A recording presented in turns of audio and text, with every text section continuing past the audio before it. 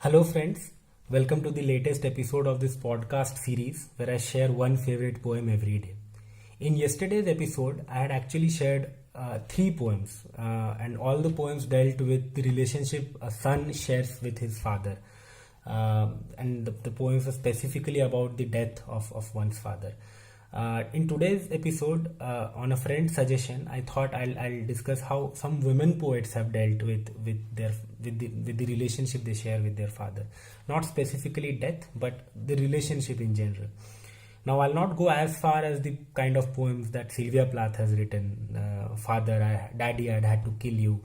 I'll not go that far. Probably I'll leave such poems for a different episode. But today, what I want to share is how women poets of today's times, of contemporary women poets, have look at the relationship they share with their father and the kind of courage they bring into their writings.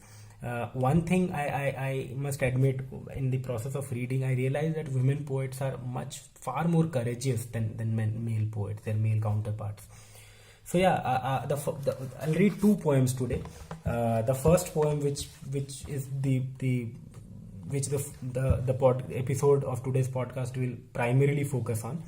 This poem is by Mamta Kalia, who writes in both Hindi and English. This is an English poem. The poem is called Tribute to Papa. Tribute to Papa. I'll read the poem. Tribute to Papa. Who cares for you, Papa? Who cares for your clean thoughts, clean words, clean teeth? Who wants you to be an angel like you? Who wants it? You are an unsuccessful man, Papa. Couldn't wangle a cozy place in the world. You have always lived a life of limited dreams. I wish you had guts, Papa, to smuggle 80,000 watches at a stroke, and I'd proudly say, my father is in import-export business, you know. I'd be proud of you then. But you have always wanted to be a model man, a sort of an ideal. When you can't think of doing anything, you start praying, spending useless hours at the temple. You want me to be like you, Papa, or like Rani Lakshmibai. You're not sure what greatness is, but you want me to be great. I give 2 donkey claps for your greatness and 3 for Rani Lakshmibai. These days I'm seriously thinking of disowning you, Papa. You and your sacredness. What if I start calling you Mr. Kapoor, lower division clerk, account section? Everything about you clashes with nearly everything about me. You suspect I am having a love affair these days, but you're too shy to have it confirmed. What if my tummy starts showing gradually and I refuse to have it curated? But I'll be careful, Papa, or I know you will at once think of suicide.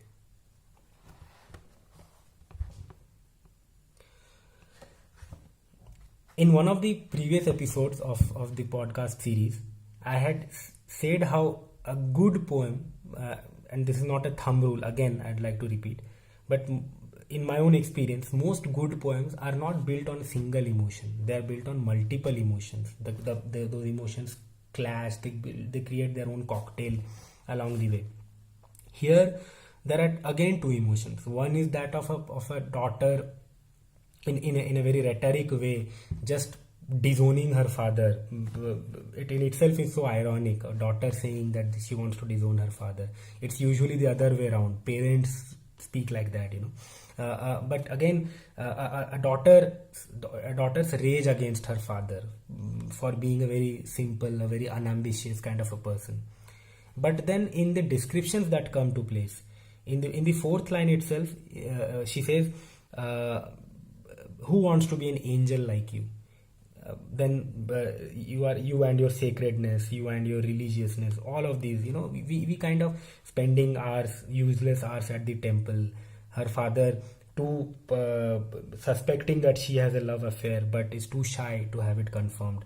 And if her tummy starts showing, he might even contemplate suicide. So all of these things come together in raising our empathy as readers, as listeners, our empathy towards her father. So there are two emotions which clash and make this poem so profound.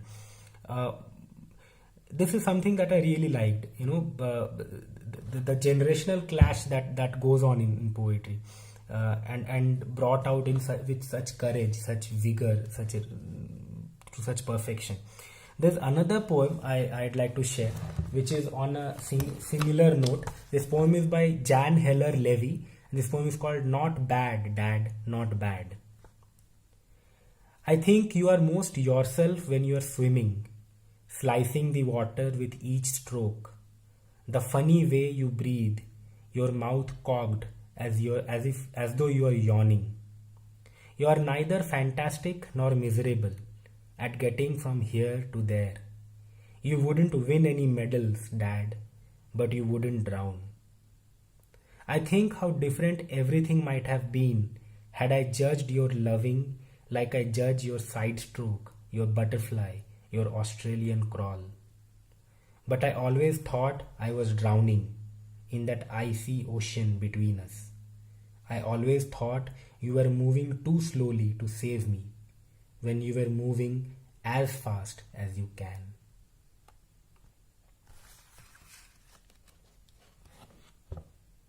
Again, in this poem, the one line that I think reverberates with the other poem as well is, I always thought I was drowning.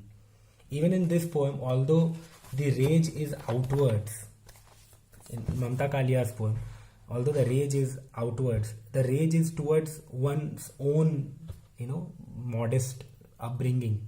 A poet, this poem kind of comes across as a poem only could have been written in the era of the kind of individualism, the kind of meritocratic times we live in, where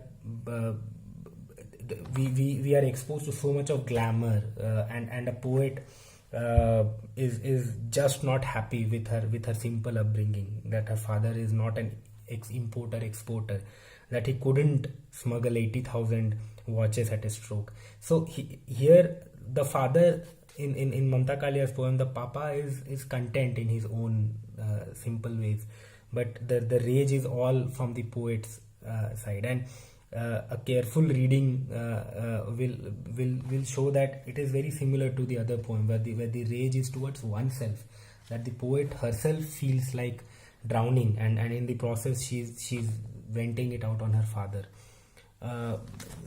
In this poem, I feel what makes this poem so beautiful is how swimming has been built as such a beautiful metaphor. You're the most yourself when you're swimming. A daughter appreciating her father swimming in his own tranquility, in his own peace, slicing the water with each stroke. And then she goes on to describe the way he swims, and you wouldn't win any medals, Dad, but you wouldn't drown. Again, the calling out her father's mediocrity. And then, unlike the poem by Mamta Kalia, here she is more empathetic on the outset, not just at the end. She said, I think how different everything might have been had I judged your loving like I judge your side stroke, your butterfly, your Australian crawl. And then it ends with the last two lines. I always thought you were moving too slowly to save me when you were moving as fast as you can. So this poem remained stuck with me. When it comes to poems that women poets have written about their fathers, these two poems are the ones I thought I'd share with you. There are a couple of more poems which are of a very different flavor, which I'll probably take up in a different episode altogether. But yeah, thank you for being a part of today's discussion, and we'll meet again tomorrow. Take care and stay safe. Thank you.